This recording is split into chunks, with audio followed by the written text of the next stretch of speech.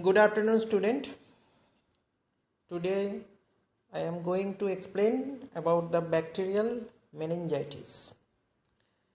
After that I will discuss about the viral meningitis, that is already I have sent in last week for the lecture, but video lecture is pending, so please wait for it.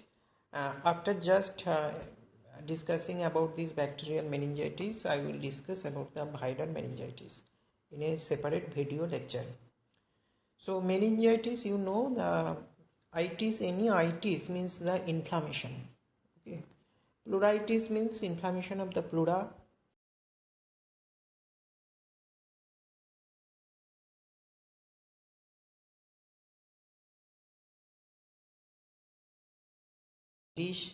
So just like that, the inflammation of the meninges is called meningitis. Now what is meninges? You know, it is the covering of the brain or central nervous system. And you know that this meninges of the brain, or any not only the brain but also the spinal cord, it has three layers. One is the outermost layer is called dura mater. The middle layer is called aragonoid matter, and the innermost layer is called pia mater. So pia mater, aragonoid matter, and dura mater. Below the dura mater, you know, subdural space, and above the dura mater is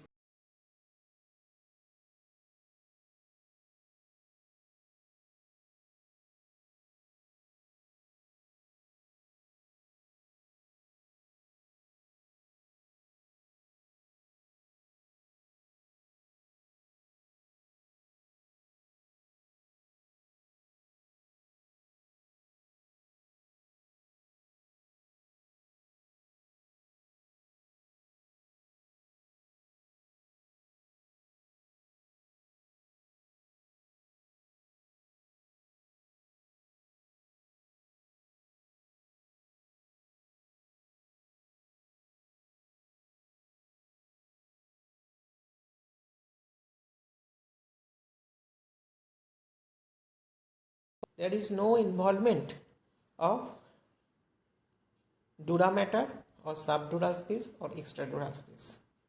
Okay, and these are the learning objectives. Agents of bacterial meningitis means bacterial agents, pathogenesis, clinical manifestation, lab diagnosis, treatment of acute and chronic bacterial meningitis and its differences. These are all questions, long question. Agents of pyogenic meningitis. Pyogenic meningitis means acute bacterial meningitis that form pus in the meninges or subaragonoid space. Now what is meningitis? As per definition, meningitis is a life-threatening infection of the leptomeninges. Leptomeninges means the inner two layers only, aragonoid matter and pia matter, surrounding the brain and spinal cord. So not only the brain, meninges covers also spinal cord also. So it is the covering of the central nervous system with involvement of the subaragonoid space. The disease can be caused by several pathogens including bacteria, virus, fungi and parasites. So there will be two separate lectures on bacterial meningitis and viral meningitis. But remember, although the virus, fungus, parasite can cause meningitis, but highest global burden is seen with bacterial meningitis. Okay, so the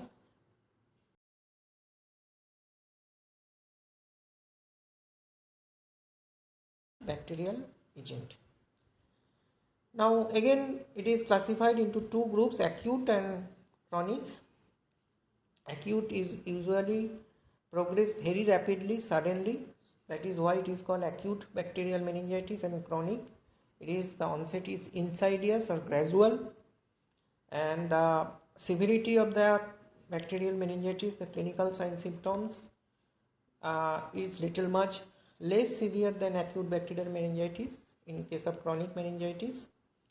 So acute bacterial meningitis is the most severe form of the pyogenic meningitis. is an acute purulent. Purulent means pus forming. Purulence means pus forming infection within the subarachnoid space. It is characterized by elevated polymorphonuclear cells in the CSF. Now you know, from the pathology, if there is any inflammation at any site, there is accumulation of the neutrophils, because neutrophil tries to kill the bacteria or any extracellular pathogen. So as the CSF is the meninges, inflammation of the meninges also invite the neutrophils, that is the polymorphonuclear cells. Okay, so there is elevation of the polymorphonuclear cell.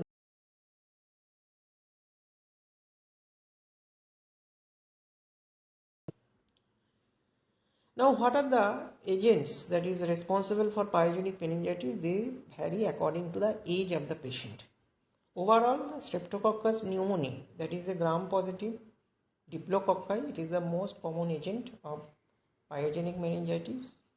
Other agents include meningococcus, means Neisseria meningitis. During the STD, I have explained about the Neisseria species. Neisseria, there are two species of Neisseria or Neisseria.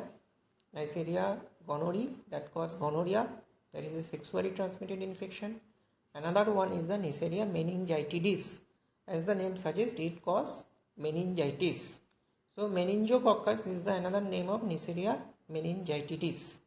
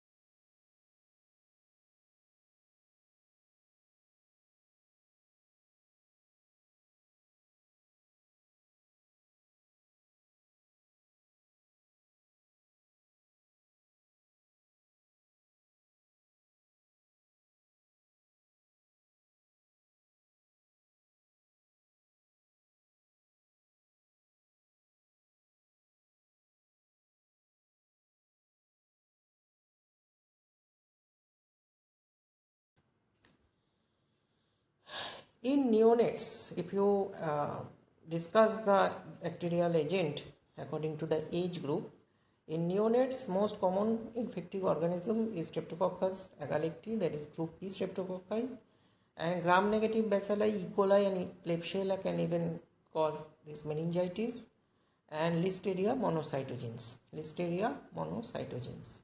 And elderly person, in immunocompromised person, more than 60 years of age, Streptococcus agalacti, again group B streptococci and Listeria monocytogenes.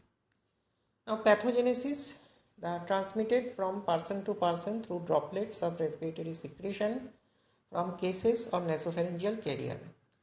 Close and prolonged contact, kissing, sneezing and coughing on someone with an infected person facilitate the spread of the disease. So most of the organism is transmitted by aerosol route, by the respiratory route, okay, by coughing or sneezing from a case or carrier, nasopharyngeal carrier.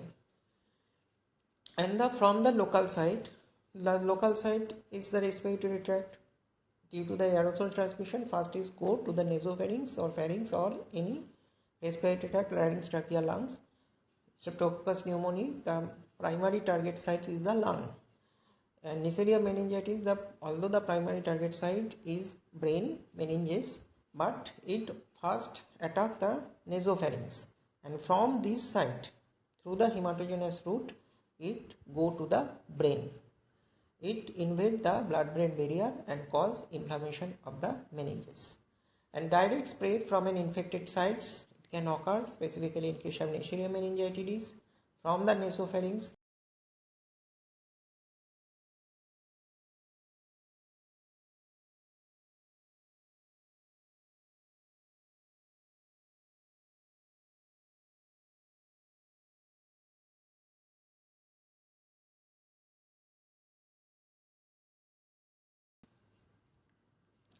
Neonates have the highest prevalence of meningitis.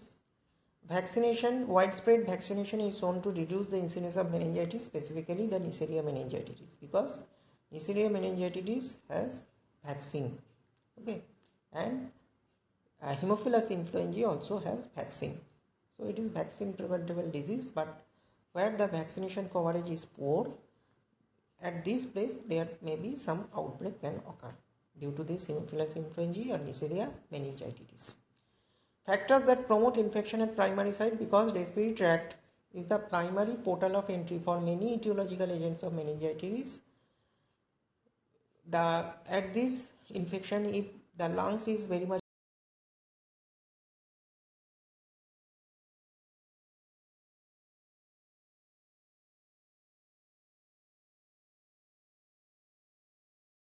factor or predisposing factor.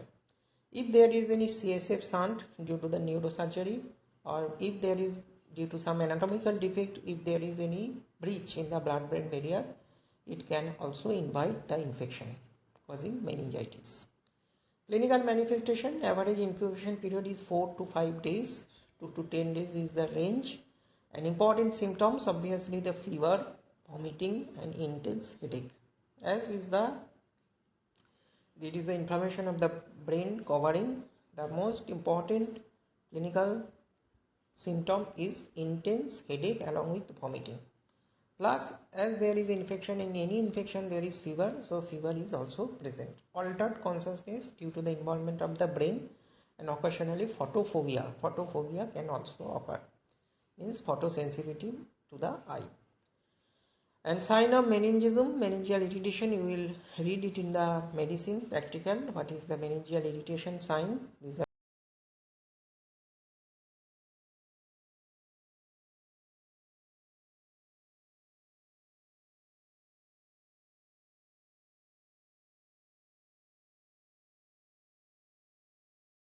meningitis. Now, what is this sign? First one, A is the Kernig sign. Kernig sign is nothing but if you if you tell the patient to flex the hip and flex the knee, see this is the flexion of the hip at this place, and the patient is also actively flex the knee, and doctors is trying passively extend the knee. Passively, when the doctor tries to extend the knee passively means it is done by the doctor, not by the patient. At this time, due to the quadriceps irritation, there is severe pain at the knee joint. Okay, the patient cannot extend the knee due to the meningeal irritation. This sign is called Kernig sign. Now, what is Brudzinski sign? Brudzinski sign is that when the doctors is trying to flex the neck, the patient itself flex the hip joint along with the knee. See, this is the patient, the doctors is flexing the neck, and it results into the automatic flexion of the hip and automatic flexion of the knee. Okay, due to the meningeal irritation. This sign is called Brudzinski sign. This will be discussed elaborately in the medicine practical or in the ward.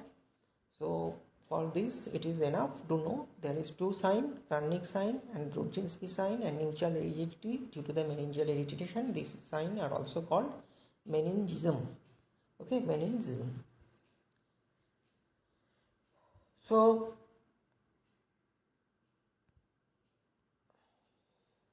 laboratory diagnosis. Then these are the clinical diagnosis. This is the clinical sign and symptoms.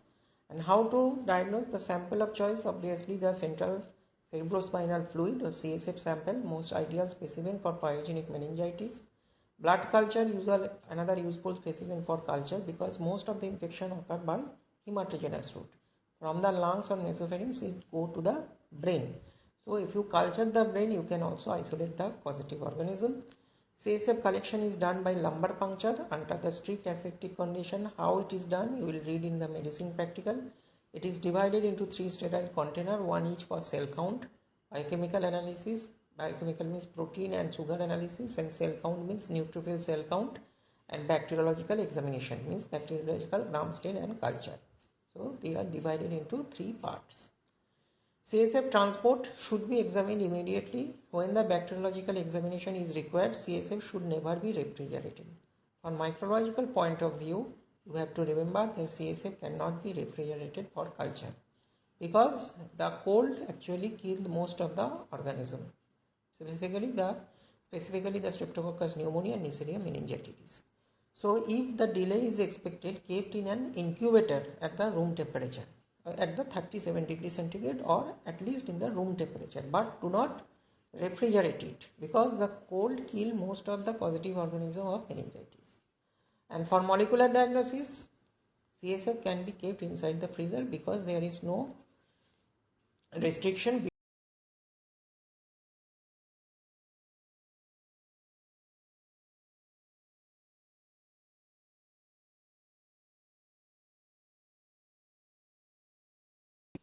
So this is the advantage of the molecular diagnosis or PCR method. The bacteria, the dead bacteria, live bacteria, everything can be picked up because it detects only the DNA, not the bacteria itself. Now cytological and biochemical analysis, if you do, you will get, in case of pyogenic meningitis, you will get highly elevated CSF pressure. The CSF pressure in the subarachnoid space is highly increased in pyogenic meningitis, and usually the total leukocyte count is 100 to 10,000, means there is elevated cell count. Predominant cell is the neutrophil. This is the neutrophil C, and glucose is reduced and total protein is increased. Now protein is increased because of that the bacteria itself liberates some protein, so protein is increased, and these bacteria start utilizing the glucose of the cerebrospinal fluid. That is why the glucose is reduced. So this is the concept. In pyogenic meningitis, what happens? There is increased pressure, increased neutrophil cell count, and glucose is reduced due to the consumption by the bacteria, along with there is increase of the protein contents due to the liberation of protein by the bacterial lysis. Now there is another two tuberculosis in this point. The tuberculous meningitis, it is causative organism, the Mycobacterium tuberculosis, the same that cause pulmonary tuberculosis. Sometimes it can go from the lungs to the brain and can cause the meningitis. But remember that tubercular meningitis is the cause of chronic bacterial meningitis. It cannot produce acute pyogenic meningitis. Okay, so it is a tubercular meningitis and viral meningitis, both are chronic meningitis, not the acute meningitis. But this is very important difference. It is usually asked, or you will also you have to differentiate in the medicine word also, how to differentiate this pyogenic and tuberculous meningitis. In this tuberculous meningitis, the CSF pressure is increased, but not like the pyogenic meningitis. It is only the moderate increase of the CSF pressure. Cell count is not very increased. It is also the moderate increase. It is in that case the normal is 0 to 5, but in case of pyogenic it is 100 to 10,000, but it is only the mild increase, mild or moderate increase of the cell count in case of tuberculous meningitis. And most predominant cell is not the neutrophil like bacterial meningitis, it is the lymphocytes. Okay, lymphocyte, T lymphocytes is the increased number of you can get in the CSF samples. And see protein contents, there is slightly decreased, not marked decrease like myogenic meningitis, and there is moderate to markedly increased protein contents. So this is a moderate or less severe than the pyogenic meningitis. Okay, and similarly in viral meningitis is also slightly elevated CSF pressure. There is only mild increase of the cell count, and also in case of virus also the predominant cell is the lymphocytes, and most of the cases the glucose is not consumed by the virus, so the glucose content of the CSF is normal, and there is normal and slightly elevated levels of protein. Okay, so the virus cannot after the viral lysis there is no increase of the any protein contents that usually occurs in pyogenic meningitis. Marked increase of the protein content of CSF sample. So this glucose and protein analysis is done by biochemical analysis. By the cell counter analysis we can detect the cell count, and by the CSF gram stain and the culture method we can isolate the positive organism. So this is the very important chart. Please remember this. Specifically this is very important, how to differentiate pyogenic meningitis from tuberculous meningitis, because TB is very much common in India. So most of the meningitis case can occur due to the tuberculosis also. So in case of any meningitis, specifically in case of chronic meningitis, you have to remember the tuberculosis etiology also. Okay. So this is very important to understand, and you have to remember for lifelong. So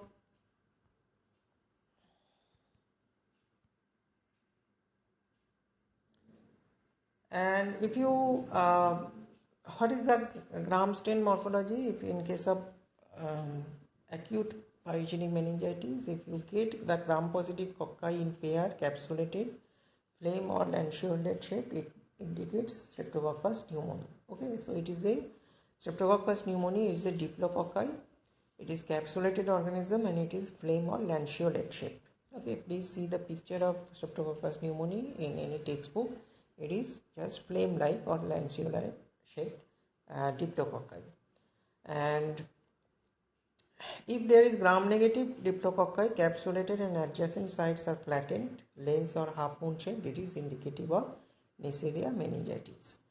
In the class of sexually transmitted disease, during the discussion of the Neisseria gonorrhoeae, it has been told that the Neisseria gonorrhoeae is also diplococci, but it is kidney-shaped. Concavo-convex, concavo-convex. The adjacent sides are concave. Okay, but if the adjacent sides are flat or the appearance is half-moon shaped or lens shaped, it is indicative of Neisseria meningitis. It is the brother of Neisseria gonorrhoeae, but it causes meningitis, and Neisseria gonorrhoeae causes sexually transmitted disease at the genitalia, that is called gonorrhea. Pleomorphic gram-negative coccobacilli capsulated, it is indicative of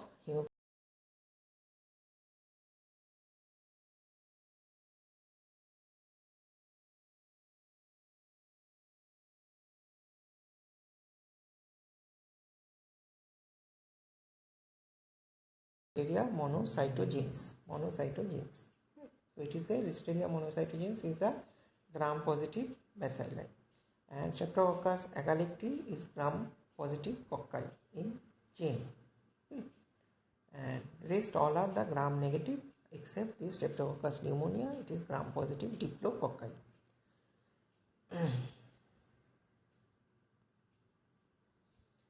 And direct, you can detect the direct antigen of the different bacterium, like just after centrifugation from the supernatant. It is the supernatant used for the antigen detection. You can use the latex agglutination test, perform using the latex bead coated with the anticapsular antibody, and you can detect the Haemophilus influenzae. You can detect the antigen of Streptococcus pneumoniae, Haemophilus influenza type B. You can detect from the CSF sample directly by latex agglutination test. And you can also use the urine sample for detection of the pneumococcal antigen.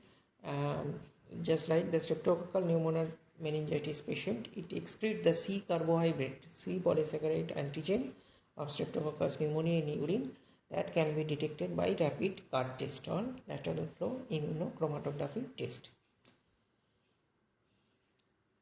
Now culture, ideal media for bacteriological culture of CSF are enriched media like chocolate agar and blood agar, and differential media like McConkey agar. You can enrich the bacteria by enriching media like blood culture bottles at the bedside and brain heart infusion broth in the laboratory. So these are the enriched liquid media, and the bacteria, if the bacterial load, bacterial count is very much low, it can increase the bacterial count in this enriching media, enriched liquid media. Blood culture can be collected in the conventional blood culture bottle, or you can use the automated method BACT or LRT, And culture plates, usually the blood agar and chocolate agars, are incubated at 37 degrees centigrade, preferably in the candle jar. Provides 5% carbon dioxide for 48 hours because these Neisseria meningitidis and Streptococcus pneumoniae are slightly capnophilic organisms. Means they like the carbon dioxide for their proper growth.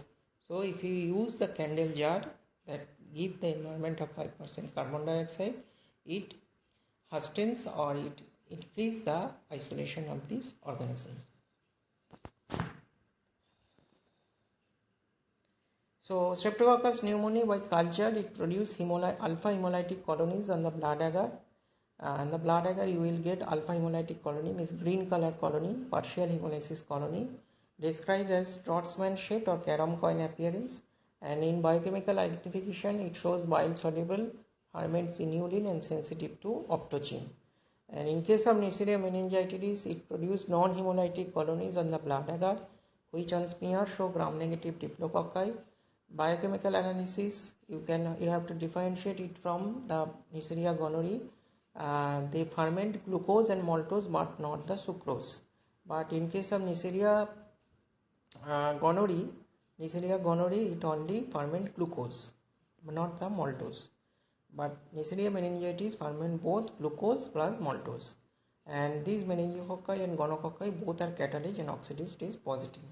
And you can group the serogroup by the use of serotyping, and specifically it is useful for the meningococcal isolate by using appropriate anti-sera. Haemophilus influenzae, this culture is done on the blood agar with the Staphylococcus aureus streak line. It shows specific satellism, means along the streak of the Staphylococcus aureus there is increased growth of this Haemophilus influenza occur, and this phenomenon is called satellitism. And biochemical identification, this test for X and V factor, these are the vitamin for the bacteria, X factor and V factor. This, if you apply this XP factor disc, it show the more growth of the bacteria surrounding this disc. Okay. And Streptococcus agalacti, it is a beta hemolytic colonies on the blood agar, which on smear show gram-positive cocci in short chain, and it is on biochemical analysis, it shows that CAMP is positive and resistance to bacitracin. These are the biochemical identification key point for Streptococcus agalacti, and you can also use the serogrouping for Streptococcus agalacti also. So these are the cultural and biochemical identification of these etiological agents. And gram-negative bacilli, E. coli, Klebsiella can be positive organism. They can grow on the McConkey agar, showing the lactose fermenting colony. Non-fermenter Pseudomonas can be positive organism. Acinetobacter can be a positive organism. And now how to differentiate? Pseudomonas is oxidase positive, whereas Acinetobacter is oxidase negative. And they produce non-lactose fermenting colony, and it is identified by ICAR test. Listeria monocytogenes, it has special motility that is called tumbling type motility at 25 degrees centigrade but non-motile at 37 degrees centigrade. It is called the differential motility, which is due to the temperature dependent flagellar expression. Okay, so in the low temperature they express the flagella, they become motile, but at the body temperature at 37 degrees centigrade temperature the flagella depressed, so they become non-motile. So from this differential motility you can identify the Listeria monocytogenes. And on culture it can grow on the blood agar and also can grow on the chocolate agar. On the blood agar they grow as a beta hemolytic colony. And selective media, pulp AM agar, it is an agar that contain different types of antibiotic to prevent the growth of another commensal flora containing mixture of antibiotics may be useful for isolation of Listeria from specimens such as food and environmental samples. Now antimicrobial susceptibility test is done to initiate the definitive antimicrobial therapy. CSF and blood culture take 48 hours for identification. Sensitivity drops rapidly. Prior antimicrobial therapy or delay in the processing actually lead to low yield of the bacterial causative organism. Rapid diagnostic test, antigen detection or molecular test is considered to determine the bacterial etiology of pyogenic meningitis when there is delay because due to the delay of the onset, after if you collect the sample very late, then or you can process the sample very late, there is a low chance of getting the isolation from the blood agar or McConkey agar. That is why there is need of diagnosis of this causative organism by antigen detection or by PCR method. It detects directly the DNA of the bacteria. So it is highly sensitive and specific, the PCR methods. Now, antibodies to the capsular antigen of meningococci detected in patient serum by ELISA, useful to study the seroprevalence and to know the response to vaccination, but not for the diagnosis. So, serological reaction is done only for the research purpose, for to know the seroprevalence, but not for the diagnosis purpose. Molecular test, there are different molecular tests like multiplex PCR or multiplex real-time PCR, biofire film array. These are the that detects the DNA or RNA of the causative organism. Highly sensitive, detect even few bacteria and CSF with less turnaround time than culture, and also help in serogroup identification. It is highly sensitive and specific test for diagnosis of any infective organism. And these are the genes that is diagnosed by this PCR method. There is no need of remembering these genes. Just remember that PCR method is highly sensitive and specific method of diagnosis of pyogenic meningitis organism. The mortality of pyogenic meningitis is very high, and among the survivors up to 50% develop complication. Treatment should be initiated as early as possible. The choice of antimicrobial agent based on the type of organism suspected includes CSF penetration ability of the agent. The antibiotic should penetrate the brain. Empirical treatment is usually given by this KEP reagent, that is the third generation cephalosporin along with the vancomycin. If listeria is suspected, you add the ampicillin. It is a good activity against this listeria. For neonates, you can use ampicillin plus gentamicin, and you can use the steroid, intravenous steroid, that is dexamethasone, to reduce the intracranial pressure and inflammation. Okay. And definitive therapy, whenever the culture report is available, you can start the definitive therapy by the antibiotic sensitivity test report. Empirical therapy is modified based on the organism isolated and its antimicrobial susceptibility pattern. Now, what are the salient points of the agents of the bacterial meningitis? Streptococcus pneumoniae is the leading cause of meningitis in adults. Also, the most common agent of pneumonia. Also, from the lung, it go to the brain by the hematogenous route and can cause meningitis. Besides this pneumonia, it presents as commensal in the human nasopharynx, spread locally to cause otitis media and pneumonia. And from these sites, it enter into the bloodstream, go to the distant side, and produce invasive pneumococcal disease like bacteremia, septicemia, and meningitis. Principal virulence factor is the capsular polysaccharide, C carbohydrate, pneumolysine, autolysine. Underlying pneumococcal pneumonia of otitis media, alcoholism, diabetes, splenectomy, complement deficiency, hypogammaglobulinemia, and head trauma are the risk factor for this pneumococcal meningitis. Now, this is the meningococcal meningitis. See, this is the picture. This is called the half moon shape or lens shape. These the adjacent sides are plane, and if this adjacent side is concave, it indicates the Neisseria gonorrhoeae, that is called the kidney shape. But this shape is called the lens shape. Lens shape, gram-negative bacilli. It is gram-negative intracellular and extracellular bacilli. And this is a from this gram stain, if you get this type of picture, you can suspect that it may be the Neisseria meningitis. Neisseria gonorrhoeae cause gonorrhea. Other species of commensal of that. These are the other points about the Neisseria gonorrhoeae. And how to differentiate this Neisseria meningitis and Neisseria gonorrhoeae? They see the Neisseria meningitis is a capsulated organism, but Neisseria gonorrhoeae is non-capsulated. It is lens shaped, but it is kidney shaped. It ferments glucose plus maltose. M for M, but it only Neisseria gonorrhoeae, G for G, only glucose. So Neisseria gonorrhoeae, Neisseria meningitis both ferment glucose. Glucose is common, but in case of meningitis, the maltose is the extra sugar that is fermented. rarely have plasmid, usually process plasmid coding for the drug resistance genes. So the drug resistant antibiotic resistance is very much common in Neisseria gonorrhoeae that cause the sexually transmitted disease.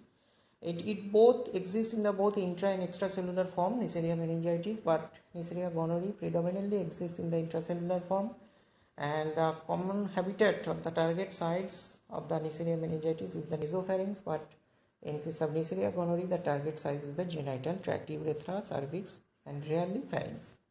Okay. Virulence factor, there is 13 serogroups A, B, C, XY, and W135 accounts for the majority of the cases of invasive disease. Other capsular serogroups and non-capsulated meningococci commonly colonize the nasopharynx of the asymptomatic carriers. These are the virulence factor. Please read this. And pattern of disease, this is a highly prevalent Neisseria meningitis. There is a meningococcal brain build that is called Ethiopia from the Senegal, that is called the sub-Saharan belt of Africa.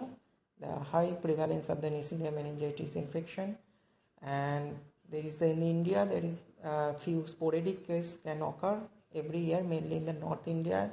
Occasionally outbreak can occur specifically in the winter season.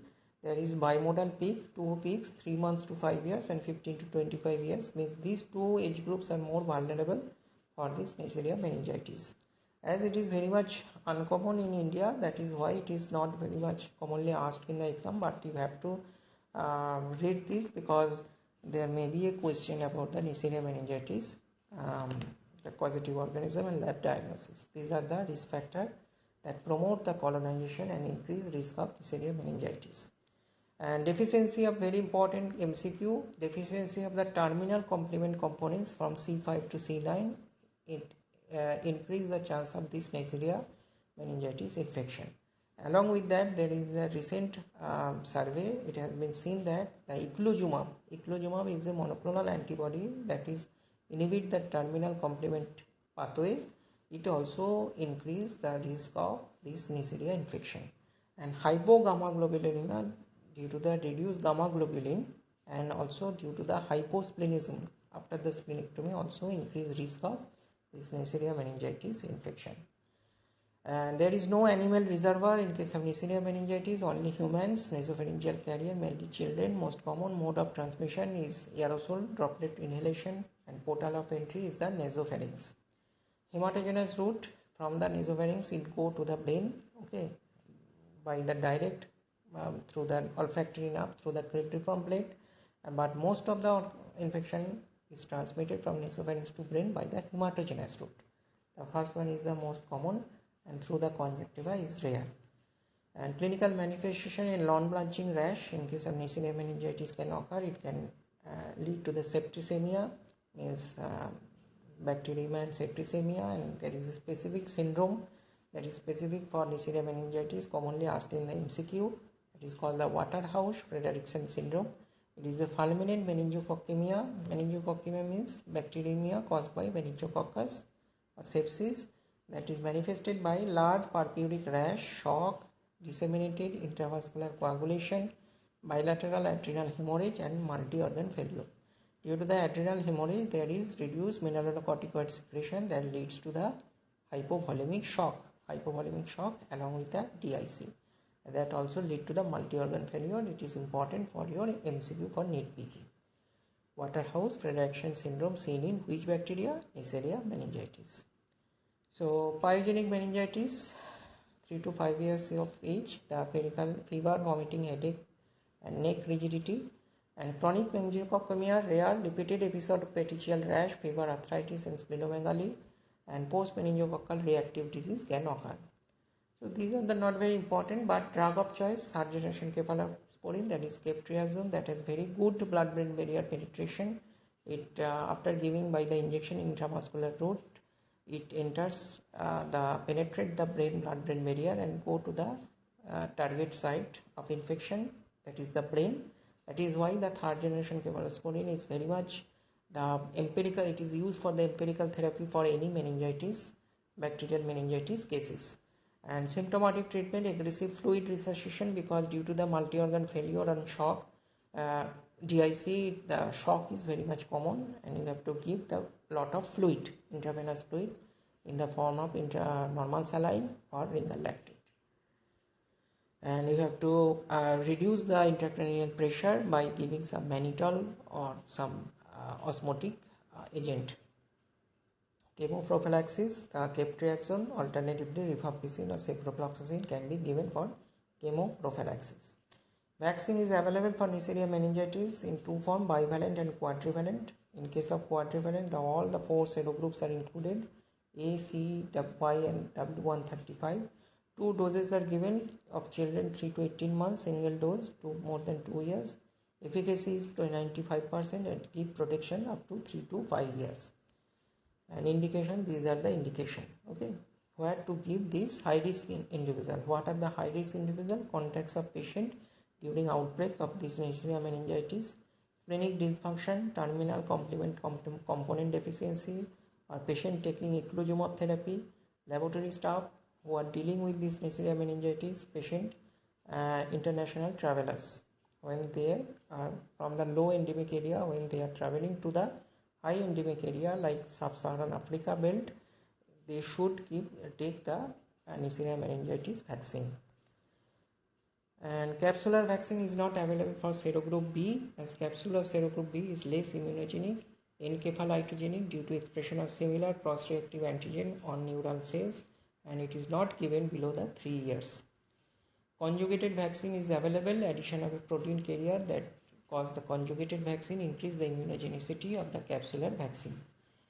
And these are the vaccine for group B, that is called main B vaccine. Vaccine contain 4 recommended vaccine. So just remember, for group B also vaccine is available. Now, Haemophilus influenzae meningitis, it is already said, it is a gram-negative coccobacilli, and virulence factor is capsular polysaccharide again, means it is a capsulated organism. Out of 6 capsular serotypes, Haemophilus influenzae serotype B, or that is called HIB, it is the most virulent type, and it is responsible for the most of the pneumonia case and meningitis case, and it spread by hematogenous route from lungs to brain, causing the meningitis. So you have to remember there are different serotypes, but Haemophilus influenzae type B or serotype B, that is called the HIB, it is the most important one, causing pneumonia and meningitis. CNS infection, pyogenic meningitis, in case of children less than 2 years of age, they can produce subdural effusion, and mortality rate is very much high if untreated. But prevalence is now very much low due to the vaccine, HIB conjugate vaccine. Major cause of neonatal sepsis and meningitis, and it is of 2 types, early onset and late onset. Please read this. This is caused by group B streptococci. Okay, that is also called the Streptococcus agalacti. Streptococcus agalacti is the most important cause of neonatal sepsis and meningitis. It can occur in 2 forms, early onset and late onset. And early onset occurs in the first week of life, transmission of organism usually from the maternal genital tract itself. And late onset occurs after 7 days, after the first week of birth, up to 90 days, and it is usually transmitted by contact with a colonized mother or nursing person. So it comes from the environment in case of late onset Streptococcus agalacti meningitis. Early onset and late onset disease, what is the difference? That is not very important for you. If you have interest, you can read this. Treatment of group B Streptococcus, again it is by the penicillin. Gram-negative bacilli by E. coli Klebsiella, it is common after the neurosurgical procedure, specifically in immunocompromised patient, old patient of diabetes, cirrhosis, alcoholism, and in those with a chronic UTI, after the head trauma, after the neurosurgical procedure, specifically the craniotomy, the gram-negative bacilli E. coli Klebsiella, that is the causative organism of common organism of UTI, can produce the meningitis. Neonates, they are also vulnerable from this E. coli and Klebsiella. It usually comes from the maternal genital tract, and Pseudomonas acinetobacter, these bacteria can also be cause neonatal meningitis. Listeriosis, already said, it is a gram-positive bacilli that show the tumbling motility or differential motility. It is actually transmitted by foodborne, by contact with the food infected food that can cause serious infection, particularly in neonates, pregnant women and elderly people. Also, ubiquitous saprophyte known to cause epizootic disease in the birds and animals. So it is a zoonosis. Okay, it comes from the animal and it is maintained in the animals. And mode of transmission not by the aerosol respiratory route, it is from the GI tract through the contaminated food or vertical transmission from mother to fetus. Extreme of age, neonate and old age, more than 65 years old, they are more vulnerable to Listeria monocytogenes meningitis. And use of proton pump inhibitor, means omeprazole, rabeprazole, this increased risk because it reduces the acidity of the stomach and invite this infection. And other risk factor, pregnant women and immunocompromised individuals are more susceptible to this infection. They can survive the refrigeration commonly found in the stored food, especially aged soft cheese, packaged meats, milk and cold salad kept in the refrigerator and served to the patient. Listeriosis is most often sporadic, although outbreak can occur. They are intracellular gram-positive bacilli. After entry into the intestinal epithelium, survives inside the host cell, and it inhibits the phagolysosome formation and thereby killing by the phagolysosome. And this virulence factor, this virulence is mediated by Listeriolysin O. This polymerize the actin protein, and this actin polymerization helps the bacteria to reach the near the cell membrane. If you cannot understand this, just remember they have some capability to survive intracellularly by this Listeriolysin O virulence factor. Okay, usually what happens, whenever any bacteria enter inside the cell, they first form a phagosome. They are engulfed by the phagosome, and after the lysosome fuse with the phagosome, there is formation of phagolysosome, and this lysosome liberates different enzyme that degrades or kill the bacteria. Okay, but some bacteria like this Listeria, they excrete some virulence factor, and this virulence factor, what they do, they inhibit this phagolysosome formation. Okay, and thereby they survive intracellularly also, and by this actin polymerization they transfer or they enter from one cell to another cell. Okay, and migrates to the adjacent epithelial cell or macrophage by direct cell to cell spread by listeriopods. Listeriopods is the organ of locomotion of this Listeria. So this Listeria has some peculiar characteristics that is not usually seen in another bacteria. Depends on the age of the patient and on risk factor. Common serotype 1 2A, no need to remember, early onset, late onset again, and they can produce fetal complication in fetus and mother if the pregnant woman is suffered from listeriosis. And bacteremia meningitis can occur. Risk factor, obviously any infection, risk factor is immunosuppression. Okay, due to the immunosuppression there is loss of ability to fight with the bacteria or any virus. And what are the event that leads to immunosuppression? First come HIV, then steroid therapy, diabetes. Remember, diabetes is also a immunosuppressed condition, or any malignancy or any chemotherapy patient, or remember the pregnancy also, it is a immunosuppressive condition. Okay, so gastroenteritis following consumption of contaminated milk and salads. Again, these are the difference between early onset neonatal disease and late onset neonatal disease. If you have interest, you can read this. Treatment by ampicillin. Already said, the ampicillin is a drug of choice for listeriosis. Staphylococcus aureus and coagulase negative staphylococcus can cause meningitis following invasive neurosurgical procedure, particularly the ventricular shunting. And the source of infection is the skin of the patient itself. The coagulase negative staphylococci, you know, they are the commensal flora of the skin, and from this own commensal flora, when it invades the brain during the surgery, it can produce meningitis. Similar to, and Staphylococcus aureus can also transmit from its own skin or from the doctor's hands. Okay, so hand hygiene is very much important for this prevention of this infection. Chronic bacterial meningitis, these are the different etiological agents of chronic meningitis most common in India or any developing world is the Mycobacterium tuberculosis. At least you have to remember this name, that is the causative organism of chronic bacterial meningitis. Beside this, Borrelia burgdorferi that cause the Lyme disease, Treponema pallidum that cause the syphilis. In the tertiary stage, it can cause encephalitis along with the meningitis, and nocardia, actinomyces, Strophyedema huipeli, Leptospira, Brucella maybe, but they are very much rare. But remember this Mycobacterium tuberculosis is very much endemic in India. That is why the chronic bacterial meningitis is also very common in India. Okay, although it is less severe than acute bacterial meningitis, but it is prevalence wise it is very much common in India. And what are the clinical manifestation? How it differs from the acute bacterial meningitis? It is there is persistent headache and neck or back pain or stiffness similar to the pyogenic meningitis, but less severe, less intense headache. Hydrocephalus can occur due to the accumulation of CSF, and ventricles get dilated due to the pressure inside the skulls, and there may be the cranial neuropathy. The cranial nerve may be paralyzed, leading to the facial weakness, double vision, diminished vision, papilledema, optic atrophy, and hearing loss. So cranial nerve is involved in chronic bacterial meningitis, specifically in case of TB.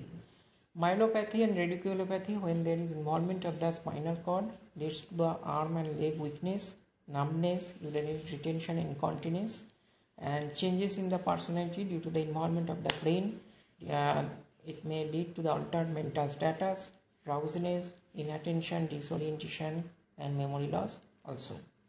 Now, what are the causative organisms? See, the tuberculosis of the CNS, 5% of the extrapulmonary case. You know, the most important site of infection of Mycobacterium tuberculosis is the lung. That is called the pulmonary TB. But the another sites can also be involved, that is called the extrapulmonary TB. Okay, and 5% of case of extrapulmonary TB occurs due to this chronic bacterial meningitis, chronic tubercular meningitis. Seen most often in young children, but also develop in adults, specifically in HIV patient. Present in the two clinical form, tuberculous meningitis and tuberculoma. Tubercular meningitis result from the hematogenous spread from the primary site, that is the target sites of the lungs, and disease evolves over 1 to 2 weeks or longer. Clinical features the same but less severe, along with the cranial nerve paresis already described. They may also lead to the stroke. It may lead to the coma, hydrocephalus due to the intracranial hypertension. And already said, in the tuberculous meningitis, that is chronic bacterial meningitis, there is leukocyte count is increased, but not marked like not so much like bacterial meningitis. And in the early stage, although the neutrophil count increased, but most predominant cell that is increased in the CSF is lymphocyte. Okay, so in case of acute bacterial meningitis, the neutrophil is the predominant cell in the CSF. If you perform the gram stain or cell study of the CSF, you will get the neutrophils. But in case of tubercular meningitis, that is the chronic bacterial meningitis, along with the viral meningitis, if you perform the cell study by the gram stain or by the cell counter, you will get the lymphocytes. And protein content is slightly increased, and glucose concentration is slightly decreased, but not just severe like that acute bacterial meningitis. And specifically, if your CSF is kept in a tube for 12 hours, there is a coagulum formation in the form of a cobweb due to the high fibrin content in the fluid, CSF fluid, that is called the cobweb coagulum. If you kept it, the CSF sample, for 12 hours without any stirring, there is a formation of coagulum that looks like a cobweb. That is why it is called cobweb coagulum formation. That is also, it is common in tubercular meningitis, not the bacterial meningitis sample. And if you perform the acid-fast staining of the central cerebrospinal fluid, you will get the Mycobacterium tuberculosis, that is the acid-fast organism, beaded appearance. And you can culture just like the sputum sample, but there is no need of Petroff's method or concentration method. You can culture it by the Lowenstein-Jensen medium and 2 to 3 weeks by automated liquid culture, MIGIT, that is Mycobacteria growth indicated tube methods. In a conventional culture method, it takes 4 to 8 weeks, but the automated method, it only takes 2 to 3 weeks. Or you can assay by the PCR method that detects the DNA of the Mycobacterium tuberculosis by gene expert, and sensitivity is highly up to 80%. And CT MRI can be performed to know the anatomy of the brain. Treatment is anti-TB therapy and respond well to the anti-tubercular therapy if started early. And beside, you can use the glucocorticoid to reduce the intracranial pressure along with the inflammation. Also, adding the glucocorticoids to the therapy, anti-tubercular therapy, it improve the condition of the patient, and prognosis is better. Okay. Now the second form of the tubercular meningitis or tubercular infection of the central nervous system is tuberculoma. Tuberculoma, it is a space occupying lesion cavity formed in the brain due to this tubercular bacteria. Uncommon manifestation of tubercular, although it is very much uncommon, but it is common in India also because of high endemicity of the Mycobacterium tuberculosis infection. Present as a space occupying lesion, found nodule with central caseous necrosis. It can cause seizure and focal sign. You can diagnose it by the CT or MRI, CT scan or MRI diagnosis. It detect the space occupying lesion on the brain tissue. Okay, but the biopsy is necessary to establish the diagnosis and to differentiate it from the malignancy. So because any space occupying lesion, there is two differential diagnosis come into your mind. First one is malignancy, second one is the tuberculoma. Neuroborreliosis, it is caused by Borrelia burgdorferi, it is a tick-borne bacteria, tick-borne infection, and these are just remember the Lyme disease, Borrelia burgdorferi. No need of reading in details of this infection unless you have interest. These are the cause of chronic bacterial meningitis. Neurosyphilis is in the tertiary stage of the syphilis, that is called manifested by the neurosyphilis, already discussed in the syphilis chapter or the STD chapters. That may also be cause the meningitis, that is cause the neurosyphilis, and it is a STD, you know. These are the clinical manifestation. General paresis of insane, tabes dorsalis, very much common. And beside that, meningitis can also occur.